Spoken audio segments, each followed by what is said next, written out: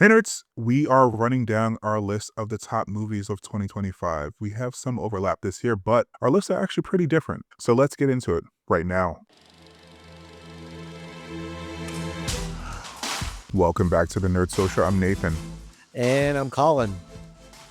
As always, if you want to skip ahead of this intro to our list, the chapter links are below. So it's been an interesting year and somewhat harrowing for the world and also our country. While I have been able to review as much as I would have liked this year, I have seen 79 films, almost all of them in the theater. I don't know if my mood about the state of affairs is affecting my viewing experience, but I think this year was a bit weaker than the past few. However, for me, there are some gems that stand out against the rest. So Colin, how was your movie watching experience this year? Yeah, for me, I didn't watch as many in the theaters, I think, except for the Marvel movies and also Wicked for Good. But I ended up watching a lot of them on streaming, like Weapons on Halloween night, Wake Up Dead Man, and Happy Gilmore 2. I just named some of my 2025 honorable mentions there. So overall, I would say it's pretty average in terms of my movie-going experience. And hopefully next year will bring much more intrigue and much more excitement. Yeah, we have Doomsday and other things coming up, but that's for another video, which we'll do soon. Yep. All right, without further ado, let's get into the list. And we'll start off with Colin, your number 5 for this year. Yeah, so my number 5 for this year is Captain America, Brave New World. I know, Nathan, you did a review on this movie back in February, and it was very mixed at that time. I understand the mixed commentary on it, but I did enjoy the acting in this movie by Harrison Ford as President Ross and also Anthony Mackie as Sam Wilson / Captain America. I think that people who didn't watch The Falcon and Winter Soldier will leave the movie feeling what just happened. However, since that show was one of my favorites on Disney Plus, I wanted to see the continuation of that show into this movie. That was, for me, the assignment that people had to do in order to really enjoy the movie, and that most likely changed my view of it compared to most critics. Yeah, I don't have much to say about this that I didn't say in my review from earlier in the year, but I will say we were just talking about the fact that this is going to be our 5th year. That show came out during our 1st year after we reviewed WandaVision. We reviewed that show on a weekly basis. So yeah, time flies, but it also probably why there was a little bit of an issue at the box office. There's such a gap between that show and when they debuted this movie, which I guess is no one's fault because of the pandemic, but yeah, it was quite a while since that show came out. So my number 5 is actually K-pop Demon Hunters, but because it is higher on Colin's list, I'll wait to talk about that for when he gets to it. So my number 4 is One Battle After Another. This movie tries to speak to our current political moment, which is probably why it resonated a little bit with me above a lot of the other movies this year. I'm not certain how well it actually did that. Actually, I was expecting more of an outrage given what happens in this movie, the counterculture things that happen, but I didn't hear any conservatives complain about it. If it gets a bunch of Oscar nominations, expect a bunch of conservatives to start complaining about it, even though they probably haven't seen it. This movie isn't perfect. It has a lot of black women at the center of the movie, but they're subsumed a bit by the white guys' motivations in the movie. But I still found it intense, absurd, and also very funny. The performances by Regina Hall, Chase Infinity, who is Sean Penn, and Leonardo DiCaprio are great. He and Benicio del Toro are pretty funny in this movie. Tiana Taylor is also in this film. She does a good job. But speaking to what I was talking about earlier, I feel like the script didn't give her as much to do as I would have liked if I had to complain. Yeah, I never watched that movie, so I don't really know. But in terms of the commentary, it's very related to my number 4, which was Zootopia 2. So I watched it in the theaters when it came out back in November. We didn't do a review on it because of scheduling conflicts, a lot of things going on in November. But I really enjoyed the movie because my wife actually asked me to go see it because I was like, I'm going to wait until Disney Plus, but she wanted to see it. She saw it on social media. She liked it. And I'm like, sure. Whereas the first movie was tackling social issues around power, privilege, and corruption in a more woke time back in 2016. This movie leans more into the corporate power and about urban renewal, which are two loaded social issues kind of thing. I was surprised that these two woke issues are still being addressed given the current political climate. It was touchy, but maybe because the wokeness is not in your face, that is okay to bring it up. I'm not really sure about that. I really don't know what the audience feels, but box office wise, Zootopia 2 has been a big win for Disney. It's made over 1.4 billion so far. Maybe the wokeness doesn't have to be so overt for people to be like, oh yeah, why not? be educated in that sense. Yeah, I saw this at a press screening. As you said, I didn't get to review it, but this is probably one of my favorite things that Disney did this year. I took my daughter to see it. She's 3 and she loved it as well. She's a little afraid of the snake. So to be a good journalist, we had to watch the original first the day before to get her up to speed. She likes the first one a little bit better. And I think I do too for the music. But yeah, as you said, there are themes of gentrification and other things in this that might seem a bit woke, but I think at the core of it is really the relationship between the two leads, which they really explore a bit more in this one than in the first one. But yeah, it's a really good film. It's great to take your kids to, but it's also just a good film. So yeah, I liked it a lot. All right, my number 3 is Sorry Baby. So I got the chance to see this at a press screening early in the year. I think this was like February or March. The director was there. And I didn't get a chance to speak to her because I had to go and see another movie that we're going to talk about later on right after it. The only reason this isn't higher is because I don't think it has a lot of like a rewatchability factor, but for most of the year, this was like my number 1 film because I kept thinking about it. It's really affecting. It's probably my favorite movie that I don't know if I'm going to revisit. It has a non-chronological narrative, and the director is also the lead character in it. I mean, she's exceptional in both of those roles. The direction is great. The actors are great. It tackles a very heavy topic essay with a mix of gravity and humor, which I would think would be impossible until I saw this film. It's a really affecting film that, like I said, I'm trying not to spoil any of it. It happens in the film and the way that they handle it. It's mostly about how it affects her and how it affects other people around her and how she navigates it in our society, who's actually helpful, who's just performatively helpful. There's a lot that's examined in the film. And Naomi Aki plays her best friend in the film, and she's really great as well. Kind of what your description of it reminds me of another movie, Bombshell, which just came out years ago. You heard about the stories and things like that. I think there were several stories that were around Me Too as well that chronicled Me Too. I don't remember the names of those movies, but it sounds very much like that. And yeah, definitely the heavy topic. It's still really relevant given the times that we live in right now. Yeah, it tries to, I think it's a more personal story than workplace stuff, but this thing does happen in a work environment. And I was actually thinking about a movie that came out earlier this year that I also saw, After the Hunt, with Julia Roberts. I think that movie tries to tackle the same topic within academia because the main character in Sorry Baby is an academic, but this movie does it so much better. Unfortunately, the Julia Roberts movie is a little ham-fisted and doesn't know what it's trying to say. And this isn't trying to say anything about politics. It's trying to say things about how someone might navigate something like this and what obstacles they might have. So yeah.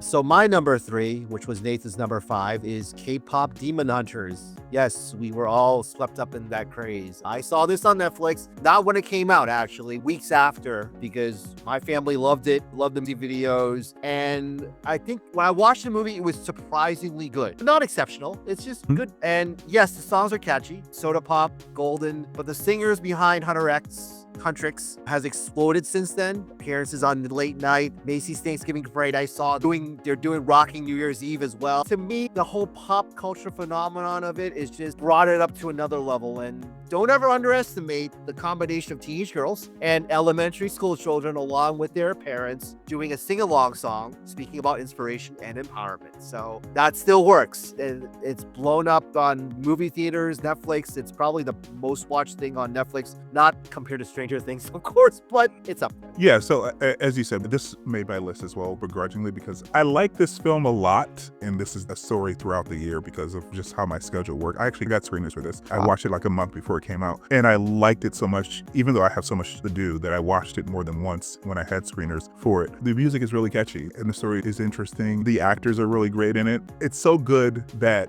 given my reservations in general for K-pop, because it's culturally appropriative, it's still so good that it got me over the hump to get this in my top 5. Besides another film that we're going to talk about later, this is the only film in the 79 that I watched this year that I watched more than once. There's another film that I watched a lot more than this, but I watched this more than once because the songs are great. I do have issues with K-pop. The more problematic things are mostly in Korea, and the leads of this film are all Korean American, so I can't ding it too much. I like I would say one more thing about it is that I think the lead singer, she had been struggling people know the story about how she struggled throughout 10 years of it. Now it's her moment, and it's very similar to the song. Yeah. So it's like, that's where the synergy comes into play. She's one of the writers as well, right? She wrote some of the songs, right? Yes, Yeah. So my My number 2 happens to be Lilo and Stitch. I think that for me, of the many Disney live action movies, some of them good, some of them really bad, this one was pretty good. I did my review on this movie back in May, which I rated a 9, and it held up pretty well to all the movies that came afterwards. I think that the CGI Stitch was done fairly well, and you really wanted to root for the family to succeed after many obstacles. And the story is very similar to the one from the animated movie, but I think for me that the emotional scenes hit much harder for me, maybe because they were all in live action and not animated. So yes, there's some arguments as to animation can really move you emotionally, but live action, there's some difference in live action. Maybe it's the human element. I'm not really sure, but it's just different in that sense. Yeah, I remember us talking about this when it came out and there being a little bit of controversy around it. You did a review for this, right? Yes, I did. Yeah. I still haven't seen it yet. So I was never that attached to the controversy, but I heard out the people that said they had issues with it because it's not like Lilo and Stitch came out at a time when I was just getting into adulthood. So I missed it in the wave of Disney movies that are from my childhood. But I know there are people that love the original and were really upset about certain things they did in the live action one. But like I said, I can't speak to it one way or the other because I haven't really seen the original one all the way through. Kids have now. They love Lilo and Stitch, the animated movie, but they haven't seen the new one yet. So maybe if it's highly recommended by you, let them take a look at it and see how it compares to them. But they actually got some Lilo and Stitch stuff for Christmas. That's how much they love that film now that they were only introduced to this year. Yeah, definitely. All right, so my number 2 is actually Sinners, but it is higher Colin's list. Yes, So it let is. him talk about it first. So yes, that is my number 1. I actually did not see it in theaters. I know that you saw it 3 times, Yeah. but once I saw it on HBO Max, I was mesmerized. It's the only movie this year that I was completely mesmerized by it because the story is very easy to follow. The acting is brilliant from actors on top of their game. Michael B. Jordan, Haley Steinfeld, all throughout, all the way down, Momi Musak, and so on and so forth. The opening scene establishes a sense of intrigue and mystery, and then Ryan Coogler just takes you on a journey and you just don't want it to stop. And then the end credit, so very well done to establish what has happened to the main character. And it was just the perfect movie at the perfect time. And I can see why there was so much hype. And it was original. So that played a lot into it. Another original was Weapons, which was on my honorable mention, but this was definitely my best movie of the year. Yeah, I had this as my number 2 just because the number 1, as I'll get to in a minute, hit me personally. But this film, I think, is a masterpiece. I could quibble about things around the edges, but if I weren't on vacation overseas, I would have given it a 9 out of 10 if I could have reviewed it. I saw this, as you said, 3 times in the theater when I got back. I argued with myself when I was in Thailand about trying to see it when I was there, but I couldn't justify leaving my family to go see a 2-hour movie while we were in the middle of a vacation in Thailand. When I got back to the US, I saw it a lot of times, and I saw it with my wife at the Air and Space Museum in the largest format possible. It's a stunning movie. I'm disappointed and also jealous of you because you saw it at home, so you haven't seen it in the widest format yet, which means that you have something to look forward to because they re-released it like twice this year. It might re-release it again just to see it in, because you really need to see it in IMAX. I've seen it in the smaller formats and the things that are being cut out of the frame. And there are really some beautiful, thoughtfully selected images that Ryan Coogler is putting on the screen. So you should definitely see it if you can when they re-release it in IMAX. They re-released it, I think, around Halloween in IMAX, but even after I saw it I think it came out in February, it came out again, I think during the summer in re-release, because they're trying to get people to see it in IMAX. You definitely should see it in IMAX. Yeah, Ryan Coogler is a visual and storytelling genius, and I'm looking forward to anything else he does in the future. I think his next film is actually Black Panther 3, I think. So, Yep. Yeah. All right, so my number 1, and as I said, the only reason it beat out Sinners is because it spoke to me personally. It's called Hard Truths. It's from Bleecker Street. It actually came out in limited release in 2024, but it came out in wide release in January of this year. And I saw it in January. It hit me, like I said, deeply and personally. I feel like I know the main character and the people that orbit her. It's in Britain, but she's a Caribbean, and my family's Caribbean as well, immigrants. It's a very deeply effective portrayal of how mental health and depression might manifest in cultures where we don't really talk about it, or at least previous generations really didn't talk about it, and how the anger and resentment manifests untreated. It's an immigrant story. It's about family. Like I said, it hit me personally, and I cried a lot when I saw the film. I recommend it to anyone in general, but if you're an immigrant and you have immigrant parents who aren't the greatest at showing their emotions or dealing with their emotions, I think it'll speak to you like it spoke to me. Interesting, because I think that there's a lot of that type of immigrant experience in the API community that has been represented. Actually, Turning Red was a big one. Also, I think for me, it was Everything Everywhere All at Once was also one that was very big as well within the API community. So there's definitely stories that I have experienced during that time. Yeah. And even going back to the 90s with Joy Luck Club, that was from a woman's perspective, a Chinese American woman's perspective. But again, there are those type of lineages that come back and forth through it that does speak to that type of similar experience. Yeah, I think I related to those films in a lot of ways, but it's different in that, like I said, it's speaking specifically, like it's not necessarily about the relationship between a mother and her child, although she has a child. It's really focused on the mother, and it's following her journey and how she's dealing with her mental health and how she's dealing with it or not dealing with it, and how it's affecting everyone in her life, and how her depression and lack of contentment is affecting her ability to thrive. It's, like I said, it's a really good character study. It's a really good film. I'm trying not to spoil anything in it. It's not something I could really spoil, I guess, but it's about the intimate moments that are acted out and portrayed during the film that really got me. Yeah. All right. So that's our top 5 list of movies for 2025. Did any of our picks make your lists? Please comment down below with your top picks, and feel free to disagree respectfully with our takes. Like, share, and subscribe for more content like this, and we will see you in the new year. All right. Take care, everybody. Bye.